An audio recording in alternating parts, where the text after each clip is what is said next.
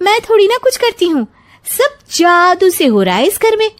अरे एक दिन मेरा काम करोगी तो समझ आएगा। Okay okay, shut up. कल से मैं घर के काम करूंगी और तू मेरी जगह हर चीज का हिसाब रखना, ठीक है? ठीक है, ये भी कर लेते हैं। ये सास बहू की डील के बारे में रश्मि के पति अमन को नहीं पता था और ना ही अमन के पिताजी सुरेश जी को। पर गेहूं के साथ साथ जैसे घुन भी पिस जाता है, ये दोनों भी पीसने वाले थे। सुबह अमन उठकर रेडी होता है ऑफिस जाने के लिए, तो पता है उसके कपड़े नहीं निकले हुए हैं। अरे रश्मि, तुमने मेरे कपड़े नहीं निकाले? अपनी माँ से पूछो ना, उन्हीं का काम है ये। अमन अपनी माँ के पास जाता है। अब मेरे कपड़े आज आप देने वाले हो क्या माँ? हाँ, देना तो मुझे ही चाहिए, पर तेरी बहू ने कपड़े धोने ही नहीं डाले, तो कोई भी धुला हुआ कपड़ा नहीं है बेटा। हैं? ऐसा क्यों? कपड़े तो धोने आप ही देते हो ना माँ? अरे बहू ने तुझे बताया नहीं, अब हम अदल बदल गए हैं। मैं अब बहू और तेरी बीवी सास। अमन परेशान हो गया। वो बिना इस्त्री के कपड़े पहनकर ऑफिस चला गया। सरस्वती जी अपने घुटने के दर्द के कारण झुककर घर साफ नहीं कर पा रही थी और ना ही खाना बनाना याद रख पाई। उधर रश्मि पहले ही दिन घर की चाबी घुमा चुकी थी और 300 रुपए का हिसाब अलग नहीं मिल रहा था। पर दोनों का ही घमंड कैलाश पर्वत से भी बड़ा था और दोनों ही खेमे एक दूसरे की बात मानने को बिल्कुल तैयार नहीं थे। शाम को जब सुरेश जी और अमन खाना खाने बैठते हैं तो सरस्वती जी उनके सामने गाजर और पपीते लाकर रख देती हैं। अरे माँ, ये क्या है?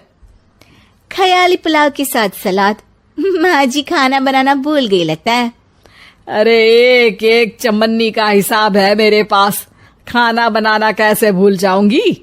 ये तो मैंने पढ़ा था कि फल फ्रूट खाने से सेहत अच्छी रहती है, इसीलिए ये ले, एक फल खा ले। रात को सुरेश जी और अमन अपनी मीटिंग बिठाते हैं अकेले में। बाबूजी, इनकी लड़ाई के कारण ना हमें ठीक से खाना मिल रहा है, उल्टा घर के सारे काम रुक गए हैं। हाँ बेटा, 2 भैंसों की लड़ाई में बेचारे खेत के पौधों का भी नुकसान हो रहा है। पर पापा, क्या बताऊं आपको, मैंने माँ को इस महीने की 2 तारीख को बिजली के बिल के पैसे दिए थे। आज बिल भरने के लिए मांगने गया तो पता चला कि रश्मि उन पैसों से गैस सिलेंडर ले आई। अच्छा, तो सिलेंडर के पैसों का क्या हुआ? अब सिलेंडर के तो कोई पैसे नहीं थे बाबूजी, हमारे घर पर गैस की पाइपलाइन लगी है ना।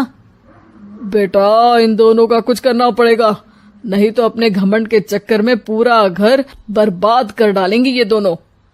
अमन और सुरेश जी काफी सोच विचार के बाद एक निष्कर्ष पर पहुंचते हैं। रात ही को दोनों अपनी पत्नियों की अलमारी से नई साड़ी निकालते हैं और सुबह जब रश्मि और सरस्वती जी उठते हैं तो देखते हैं कि दोनों पति साड़ी पहनकर चढ़ाव पर सब्जियां काट रहे हैं। अरे ये सब क्या हो रहा है? क्या हो रहा है मतलब? आप दोनों अदल बदल हो सकते हो तो हम क्यों नहीं? अरे क्या मतलब? नहीं नहीं, मेरी भी बचपन से किसी की बहू बनने की इच्छा थी, तो आज से सरस्वती तुम बड़ी बहू, मैं मिडल बहू और अमन छोटी बहू। अरे लेकिन सब घर पर बैठ जाएंगे तो कमाएगा कौन? ये घर कैसे चलेगा?